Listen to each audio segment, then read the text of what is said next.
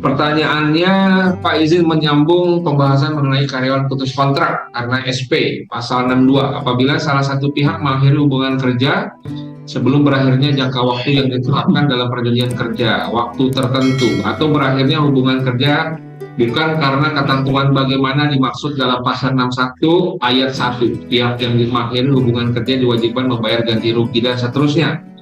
Pasal 61 ayat 1 huruf D, perjanjian bekerja berakhir apabila adanya keadaan atau kejadian tertentu yang dicantumkan dalam perjanjian kerja, peraturan perusahaan atau perjanjian kerja bersama yang dapat menyebabkan berakhirnya hubungan kerja.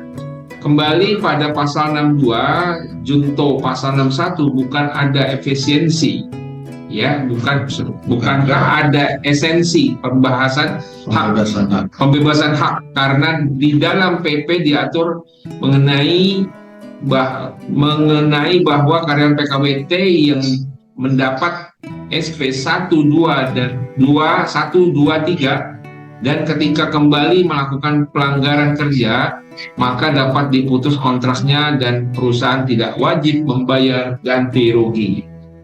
Demikian, panjang sekali ini pertanyaan. Panjang, baik. Cuma ini ceritanya, sederhananya, Ya. si perusahaan itu membuat klausa di dalam PKWT, Ya. yang menyatakan kalau karyawan PKWT kena SP 123 dan kembali melakukan pelanggaran, maka kontrak diputus dan perusahaan tidak wajib bayar ganti rugi. Ya. Nah, klausa ini sebenarnya mau ditanyakan. Kalau yang klausa di atas kan adalah ketentuan hukumnya, ya. Apakah klausa ini bebas bayar, tidak wajib bayar ganti rugi ini bisa dipakai atau tidak? Ini yang kita harus berhati-hati, Bapak Ibu, karena dalam sebagian besar kasus klausa-klausa seperti ini seringkali akhirnya menjadi batal demi hukum. Terutama apabila keadaan atau kejadian yang mensyaratkan terjadinya keadaan tidak mau membayar ganti rugi ini adalah keadaan yang bertentangan dengan perundangan. Contoh, mengenai surat peringatan 1, 2, dan 3, kemudian melakukan pelanggaran kerja lagi, maka dia diputus kontraknya. Ya. Sampai titik itu masih dianggap normal. Ya. Meskipun kata-kata diputus kontraknya seharusnya tidak perlu dibuat kata-kata diputus kontrak, Pak Abid. Harusnya ya ikutin aturan perundangan yang berlaku. Aturan perundangannya bilang apa? PHK, ya PHK, kan begitu. Tapi ini berarti adalah klausa tersendiri nih, klausa baru, ya kan? Klausa baru diputus kontraknya. Kemudian baru kalimat berikutnya, perusahaan tidak wajib membayar ganti rugi. Nah ini yang agak-agak ngeri-ngeri sedap tuh yang ini. Upaya membebaskan diri dari kewajiban pembayaran ganti rugi itu 1001 cara dilakukan oleh oknum perusahaan. Banyak sekali perusahaan mengatur cara-cara seperti ini di dalam kontraknya.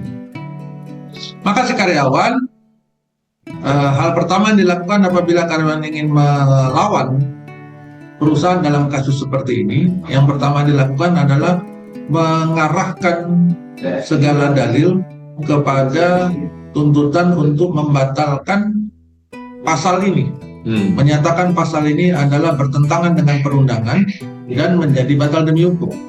Apabila itu sudah dilakukan, baru berikutnya si karyawan bisa membuat tuntutan berikutnya adalah perusahaan wajib membayar sisa kontrak. Karena ketentuan ini menjadi tidak ada, karena batal demi hukum, kan begitu. Ya. Itu yang harus diperhatikan.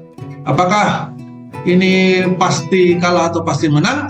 Saya nggak bisa bilang ya, karena kan nggak ada obat yang pasti, itu nggak ada. Dokter itu nggak ada yang bisa bilang pasti sembuh atau pasti mati, itu nggak bisa.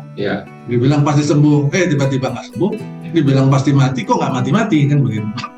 Jadi ya, saya melihatnya sangat bergantung kepada kekuatan dalil dan alat bukti yang dimiliki oleh para pihak. Tetapi klausa ini akan menjadi sumber perselisihan, pasti. Klausa pembebasan kewajiban membayar ganti rugi itu pasti akan menjadi sumber perselisihan pada saat terjadi PHK untuk karyawan-karyawan PKB. Ya. Jadi ini harus benar-benar dikaji oleh perusahaan, terutama departemen legalnya dan orang IR-nya, keabsahan dari klausa ini. Ya. Begitu Pak Abi.